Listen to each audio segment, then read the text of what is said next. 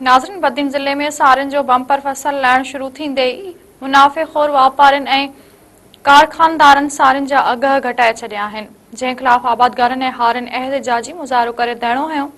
उन हवाले सां पेश आहे बदीन मां दीदार मलाजी की रिपोर्ट। बदीन जिले में सारियुनि जो बम्पर फसल लहण शुरू थींदे ई मुनाफ़ेख़ोर वापारियुनि कारखानेदारनि पारां अघ घटि मिलण ऐं ॿियनि ज़ातियुनि जे ख़िलाफ़ थरकुल बाईपास ते धरणो। थरकुल रोड बंद हुअण सबबि कराची मिठी बदीन मिठी हैदराबाद रोड ते ट्रैफिक मुकमल तौर बंद। धरणे में नंढनि ज़मींदारनि, हारियुनि, मज़दूरनि समेत सिंध तरक़ी पसंद पार्टी, जमीयत उलमा इस्लाम, जमायत इस्लामी जे कारकुन पिणु शामिल। उन मौके ते मेहरान टीवी न्यूज़ सां ॻाल्हाईंदे संदन चवणो हुयो त सारियुनि जो अघ जो मसलो आहे, सारियुनि जी कटौती जो मसलो आहे। त सारियुनि जो अघु पहिरीं 3200 3400 हलियो पिए, जॾहिं सारियूं लहण शुरू थियूं आहिनि त फौरी तौर ते 1200 1400 रुपया किराए, 2200 रुपया जेको अघु कयो वियो आहे। उन खां पोइ गैर कानूनी कटौती थिए थी। मुख़्तलिफ़ तरीक़नि सां नंढनि आबादगारनि खे कारखाने वारा तंग कनि था ऐं कारखाने वारनि जो वॾो इंट्रस्ट आहे, व्याज जो सिलसिलो घणो आहे, उहो इलाही ज़्यादती कनि था नंढनि आबादगारनि सां।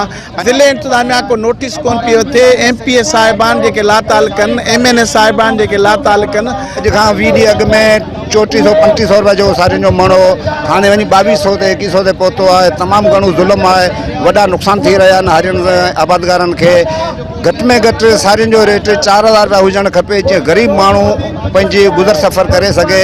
हर ग़रीब माण्हू हारी आबादगार हुजे, उन जूं उमेदूं आहिनि, उन जूं आसूं आहिनि त असांजो रोज़ी लहंदी, फसल लहंदो, असांखे बचत थींदी। पर हिननि जी नाअहल हुक्मरानी ग़लति पॉलिसियुनि जे करे हारियुनि आबादगारनि जो इहो हाल थियो आहे जो सभु तबाह बर्बाद थी विया आहिनि। जॾहिं असांजे इलाइक़े जी सारी लथी त सारी जो रेट हाणे वञी 2200 2000 ते पहुतो आहे। असांजे हिन धरने जो मक़सदु इहो आहे त असां महांगा बाण वरिता, महांगा बीज वरिता, महांगा दवाऊं वरितियूं, त असांखे कम अज़ कम उन जो नतीजो मिलणु खपे। सारी जो रेट घटि में घटि 4000 हुअणु खपे, तां त हारी मज़दूर जिन कर्ज़ खया आहिनि उन जे कर्ज़नि जी अदायगी थी सघे ऐं पंहिंजनि बचनि जे मुस्तक़बिल लाइ कुझु करे सघनि। इन मक़सद लाइ हीउ धरनो आहे।